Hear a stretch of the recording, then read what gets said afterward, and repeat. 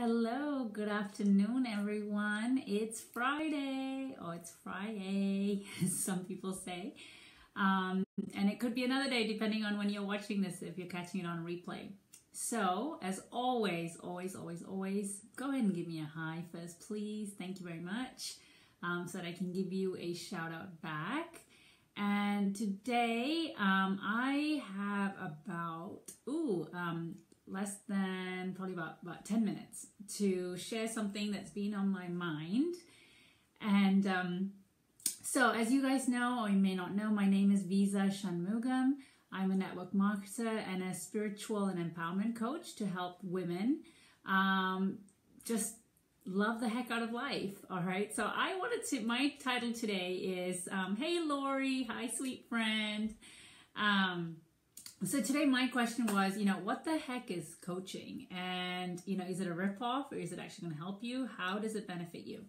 So here's a funny story. I remember moving to the US and one of my best friend, who shall remain nameless, lives in the UK. And I think it was when I was going through a really tough period in my life and I was going to go see a therapist here in the US. I think it was after my postpartum depression or something along those lines, and I needed to go see a therapist. And I felt embarrassed because I felt like I was weak, which I'm sure is a common issue that everyone who goes to see a therapist probably has, because it's the shame and embarrassment that you can't deal with it on your own, that you need somebody else's help to help you work through that stuff. So I forget how this conversation came up, but my friend was like, oh my gosh, you guys in the US have like life coaches and stuff, what is a life coach? We were joking about it. It had nothing to do with my therapist. I don't know why I told you that story. But to give you the point that, whenever it comes to hiring somebody to help you, whether, sometimes we might feel like we're weak and we don't have what it takes to figure it out on our own. There's something about looking strong and appearing strong and never asking for somebody's help, and asking for help is perceived as a weakness sometimes in our culture and our society. But, I thought life coaches for a long time. I was like, what the heck is a life coach? Like, are they going to teach you how to live life? I was like, that makes no sense. But what I've come to realize is that when I personally have hired business coaches and have hired business/life coaches, it has transformed my life. And so what I realize now is that I equate to having a coach to paying somebody to figure out how my mind is. I equate it to, we all pay money to a college to get our degrees, if you've got one, and we hand them, incredible amounts of money depending on where you go for an education, to get basically a piece of paper that says you know so much about a certain topic. And we feel really proud of it. And, we can show that as though it is to build credibility. But what gets so often lost in our culture is teaching us how to build emotional resilience, teaching us how to make our minds stronger so that we can tackle whatever it is that life throws our way. It's really teaching us the mindset of a leader, the mindset of an incredibly strong person. And that gets lost in our education. Like, I wish I had been offered a class in college, or multiple classes, on how to tackle life's challenges that's thrown at you. I have had some crappy stuff thrown at me, after with getting diagnosed with my autoimmune disease and then not thriving in a corporate career. Like, I didn't know how to handle any of that stuff. And I thought like something was wrong with me, but that's just like normal life. That's just normal life experiences. And we beat ourselves up so much. We beat ourselves so much on things that we're not able to achieve, or when our life doesn't quite match up to what it is in our heads, we think there's something wrong with us. But, if we had the emotional stability and the emotional resilience to be, first of all, aware that this is okay, and then, to really start unpeeling the layers as to, where is this coming from? Why am I beating myself up? What has it been in my past that has caused this? when you have the emotional awareness to do that, oh my gosh, your life opens up. It's crazy. Like when you learn how to forgive yourself, that is like one of the greatest things that all my coaches have taught me, is how to not be so hard on myself, how to forgive myself, and how to just move on.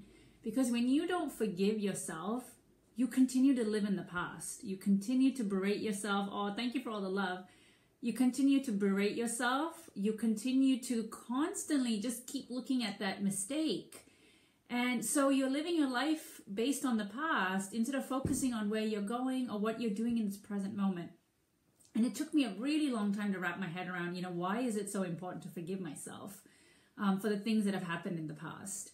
And sometimes you can hear the same message from multiple people, but just the way somebody says it, or the situation you're in your life, or what's going on, like it just clicks and it makes total sense. So for me, it took a while to realize, why is it that I need to forgive myself? So that came out of hiring a business coach, and it was totally unrelated. And then what I realized is that a business coach in a way is a life coach, because everything in business that happens is a reflection of what's going on inside of you personally at all times.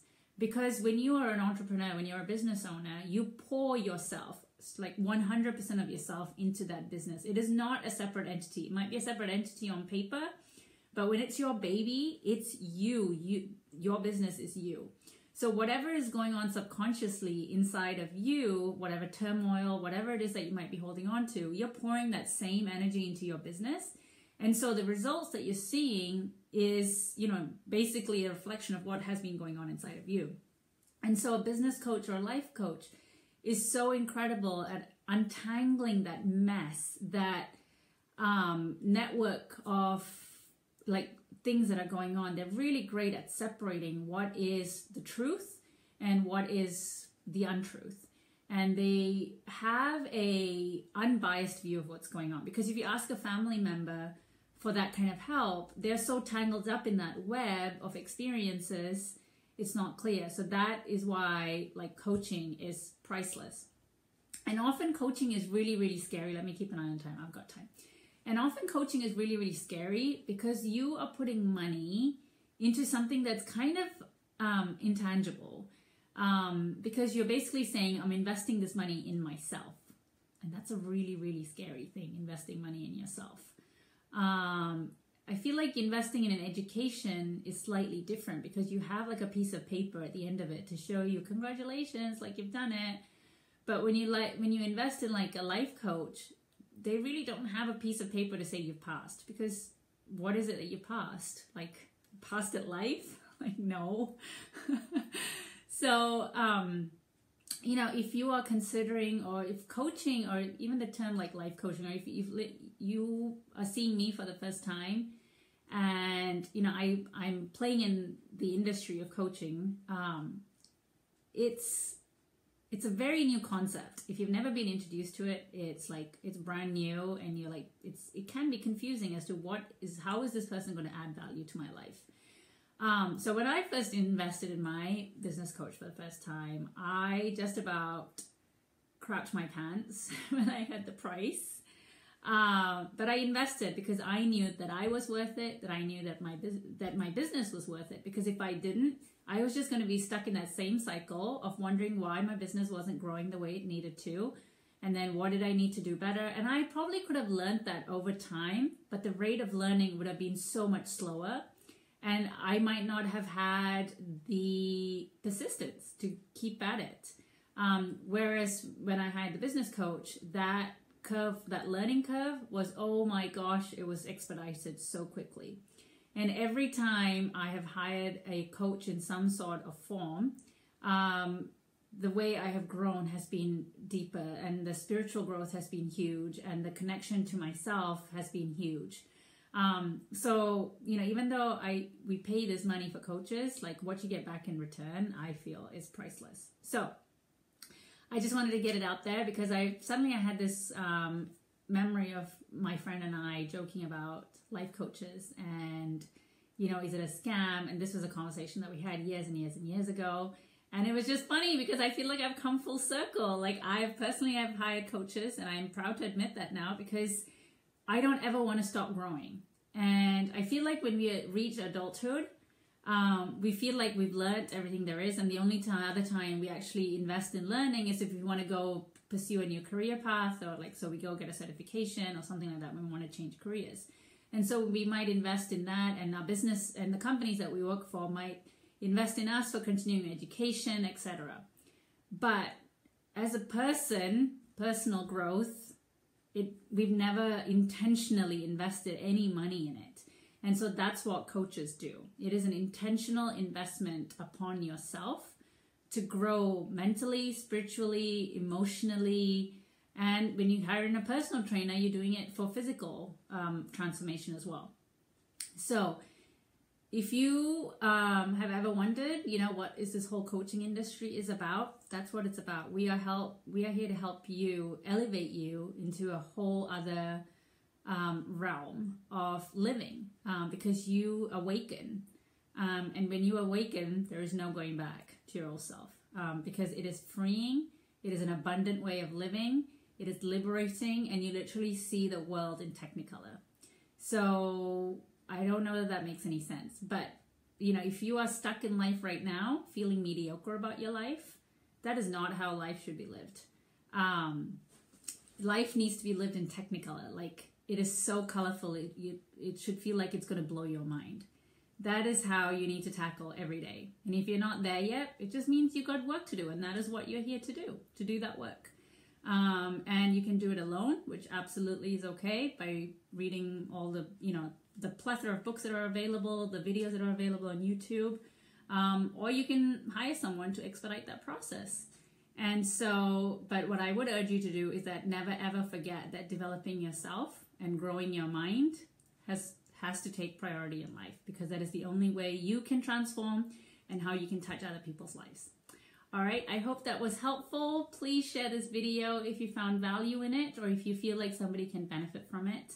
And if you have any questions, drop them in the comments box, and I would love to respond to them. All right, everyone, have a fantastic Friday, and I will catch you soon. Bye-bye.